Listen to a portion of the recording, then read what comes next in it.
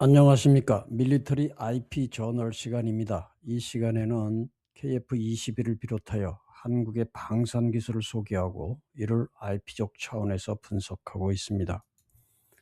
저는 특허법과 저작권법을 포함한 IP법을 전공한 임호 변호사입니다.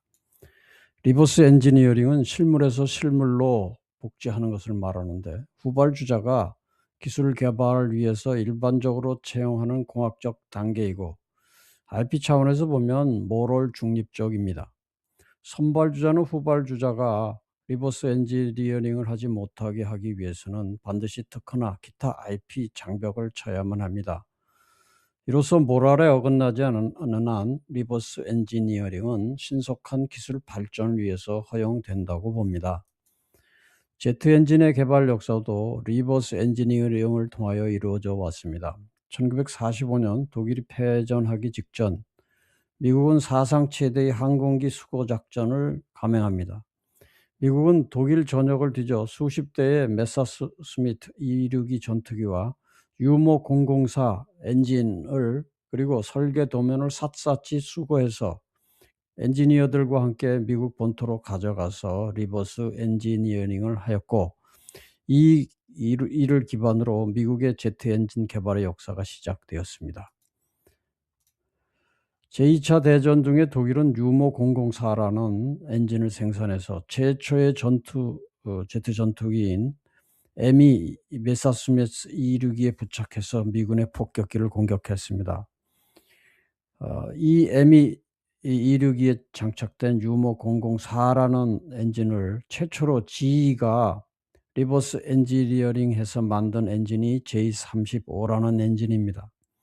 GE는 자신들이 개발한 엔진이 리버스 엔지니어링을 한 것이 아니고 단지 유모 004를 참조한 것이라고 주장합니다. 그러나 말은 어떻든 GE의 초기 엔진들은 모두 유모 004의 축선 압축 방식과 냉각 터널을 그대로 가지고 있었습니다.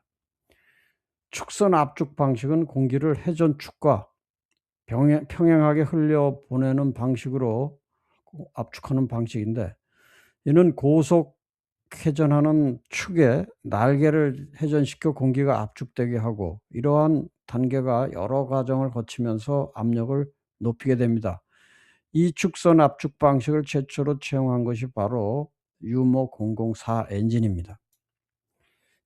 GE가 최초로 축선 압축기를 채용한 J35는 결국 독일의 유모 004의 압축 방식을 그대로 모방한 것인데, 그 이후 개발된 J47도 이 축선 압축 방식을 그대로 사용해서 압축 공기의 양과 질을 높였고, 결국 F-86 세이버에 탑재해서 한국 전쟁에서 맹활약하며 미국 역사상 가장 많이 생산된 제트 엔진 중의 하나로 만들게 되었습니다.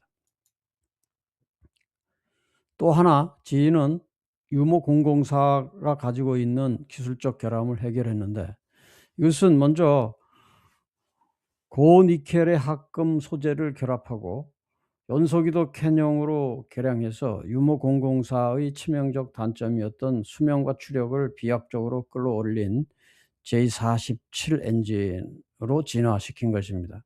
결국 GE는 독일의 유모 004의 리버스 엔지니어링을 하긴 하였지만, 기술 진화를 시킨 것으로서 IP적 측면에서 보면 성장을 한 것입니다. 물론 GE가 유모 004의 IP 소유자의 명시적인 허락을 받고 개조한 것은 아님이 분명합니다. 더구나 독일의 엔지니어들을 미국으로 데려간 것이라면 이는 종전 개발자의 영업 비밀을 침해한 것이 됩니다. 그러나 유모 004를 전리품이라고 본다면 독일도 그 손해배상의 일부로 보고 전혀 모럴을 문제 삼지 않았습니다. 또 하나의 리버스 엔지니어링은 GE의 엔진이 유모 004의 터빈 블레이드 냉각 구조를 그대로 도입한 것입니다. 유모 004는 속이 텅 빈 터빈 블레이드를 장착하고 있었습니다. 이는 0.5mm 정도 두께의 얇은 크롬 몰리브덴 바나듐 강판을 접고 용접해서 속이 텅 빈 부채꼴 모양의 블레이드를 만들었습니다. 이는 블레이드 내부가 비어 있기 때문에 이 통로를 통해 차가운 공기를 순환시킬 수 있는 구조가 되었고, 이 터빈 블레이드의 냉각 구조는 그 이후 만들어지는 모든 제트 엔진에 사용되는 일반적인 구조가 되었습니다. 이로써 GE의 엔진은 연소기에서 나오는 1000도 이상의 고온가스를 받아내면서도 전혀 녹아내리지 않는 터빈 블레이드 기술을 확보하게 된 것입니다. 프랑스도 2차 대전이 끝난 후 독일 공장과 BMW 003 엔진 도면을 확보하고 핵심 설계자도 헤르만이라는 엔지니어를 대거 영입했습니다. 이는 사실상 BMW사의 영업비밀과 축선 압축 기술을 그대로 복제하는 과정이었습니다. 따라서 이 역시 리버스 엔지니어링이라고 할 수 있는데, 사프란의 전신인 스네크마도 BMW 003의 축선 압축기 구조와 터빈 블레이드의 속이 텅 빈 냉각 구조를 그대로 리버스 엔지니어링을 하여 자국의 아타로 엔진을 완성했습니다. IP 차원에서 보면 타사의 원천적인 영업 비밀을 무단 도용해서 개발 기간을 단축한 침해살이지만 2차 대전이라는 특수한 상황이 있었고 하여 모랄에는 위배되지 않는 것으로 보여집니다. 결국 프랑스도 BMW 003을 리버스 엔지니어링하는 방식을 사용해서 자국의 제트 엔진의 주권을 확보하는 발판을 마련한 것입니다. 소련은 1946년 영국의 롤스로이스의 닌 엔진을 수입해서 이를 리버스 엔지니어링을 하였는데, 구입 당시에는 절대 군사적 목적으로 리버스 엔지니어링을 하지 않겠다고 약속했습니다. 그러나 스탈린은 이 약속을 어기고 그대로 카피를 해가지고 RD-45 엔진을 생산해서 이를 미국 15기에 탑재하였습니다.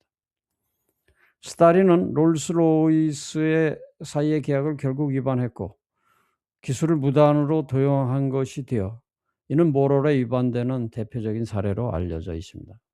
IP 차원에서 보더라도 스탈린이 한 리버스 엔지니어링은 아무런 기술적 진화가 없는 IP의 복제 행위에 불과한 것으로서 기술 진보에 기여하지 못한 것입니다.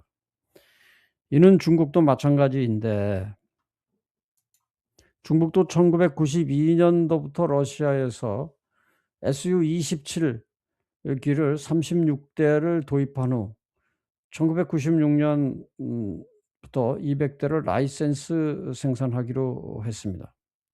그러나 중국이 100대를 조립한 시점에서 조기 계약을 파기하고 그때부터 중국은 이미 확보한 기체 구조와 데이터를 기반으로 리버스 엔지니어링을 감행한 것입니다. 여기에 중국은 자국산 한정 장비와 엔진을 결합하여 무단 복제형인 J12를 독자 생산했습니다. 이로써 중국과 소련은 리버스 엔지니어링을 둘러싸고 엄청난 갈등 관계가 있었고, 이에 대해서는 다른 시간에 자세하게 설명할 것입니다. 결국 GE의 J47 엔진을 장착한 F-86과 롤스로이스의 닌 엔진을 장착한 미그 15는 한국 전쟁에서 격전을 벌였습니다. 미그 15는 압도적인 상승률과 고도 기동성을 갖추고 있었기 때문에 미국은 폭격기 편대에 대하여 치명적인 타격을 입혔습니다.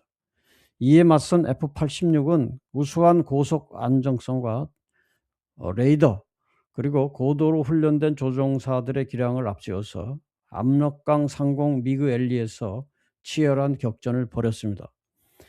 이로써 제트 전투기의 시대가 도래하였는데, 양 전투기 모두 리버스 엔지니어링을 통하여 태어났다는 점에서는 동일합니다. 그러나 굳이 양자의 차이를 따진다면 F-86은 기술 진화를 이룩하여 IP 증진에 기여한 데 비하여 미그 15는 모럴에 위배한 리버스 엔지니어링에 그쳤다는 점이 있습니다. 결국 미그 15는 아무런 IP 증진에 기여한 바가 없었다는 점이 차이가 있는 것입니다. 리버스 엔지니어링에 대해서는 다음 시간에 계속 이야기를 하려고 합니다. 감사합니다.